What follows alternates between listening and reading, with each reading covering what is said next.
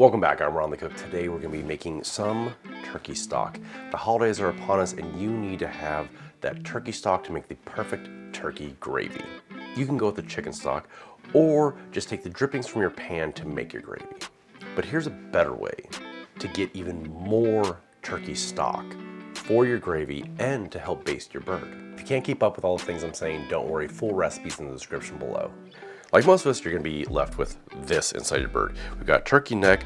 This is just essentially the butt end and the wing tips. Now this isn't a lot to work with. So the first thing we're gonna do is we're gonna get this into our pot and give it a little bit of color to help bump up some of that roasted flavor. Instead of just using some water, we're gonna fortify it with some store-bought chicken stock. So my pan's set to 350 degrees. Gonna add just a little bit of oil, maybe 2 tablespoons on the bottom. Got our turkey neck, wingtips.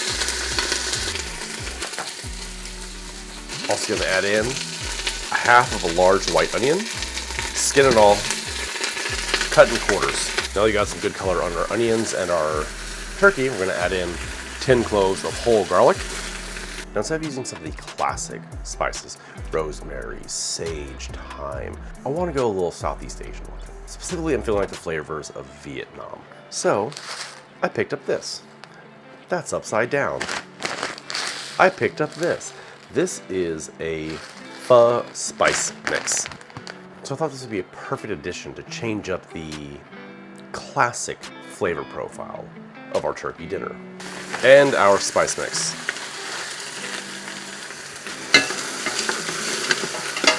Work that around a little bit. Now right when we start to smell our spices, we're going to add in our chicken stock. Into this, we're going to add another 2 quarts of water. Now that we have everything into our pot, we're going to let it go for 3 hours. We don't want it to be too high or too low. You want to be about a medium high heat depending on your stove. You want just a little bit of a dance on the surface of your stock. Okay, our stock has been pulled off. Our stock pulled on a beautiful color from pan roasting all of the meat and the onions along with all those spices. It smells like turkey pho. Oh, that is perfect. All right, let's strain this. For those of you who've seen some of my other videos, you know how much I love my pour over coffee maker for filtering out stocks and sauces and some cocktails. So there we are. Look how beautifully dark and roasted that is. All those beautiful aromatic spices that were in that pho sachet that I bought, which you want to get your own, link in the description below, added so much flavor and just the scent of pho. All those beautiful warming spices, the cinnamon, the allspice, the sour anise, all those flavors just permeate all the way through this. This recipe made 3 quarts of stock, which would be more than enough to make some gravy. Speaking of which, let's make some gravy now. To maximize the pho flavor in our turkey gravy, I skimmed the fat off of our stock, and we'll use that to make our roux. Right, we're gonna start in a cold pan and take about 3 tablespoons of our turkey fat that skimmed off the top. Then turn our heat up to a medium-low, about 250 degrees or a simmer. Let's get this fully melted. You're gonna get some popping because there is a little bit of residual stock in here. Now we're gonna sprinkle in 3 tablespoons of flour.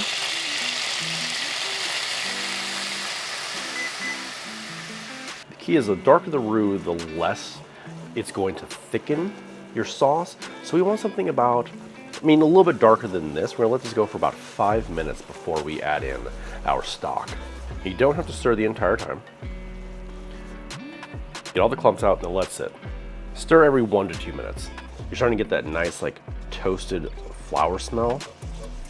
So now, do not dump all your stock in at once. Okay. Just a little bit at a time, so it won't clump up.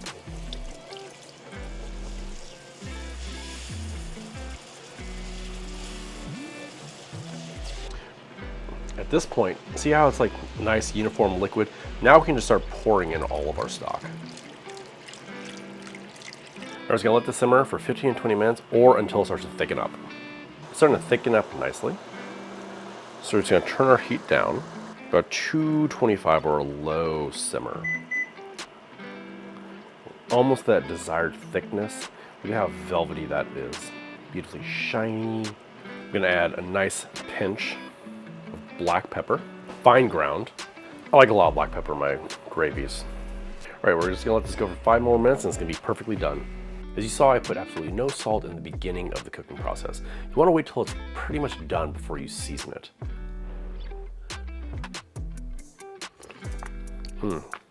Needs a touch of salt for my personal taste, but that's perfect. Velvety. It's amazing that even in this form, you're getting some of those pho flavors. You're getting a little bit of that cinnamon, the star anise. It just gives it a completely different profile than your standard turkey gravy. Okay, a little bit more. God, that's gonna be perfect for sandwiches the next day. If you do it this way, then your gravy is done the second your turkey is, and you don't have to fiddle around with drippings or moving your turkey, all those things. If you want to check out some of my holiday side dishes, click right there. If you want to check out some of my cocktail videos for Thirsty Thursdays, click up there. Until next time, I'm Ron the Cook.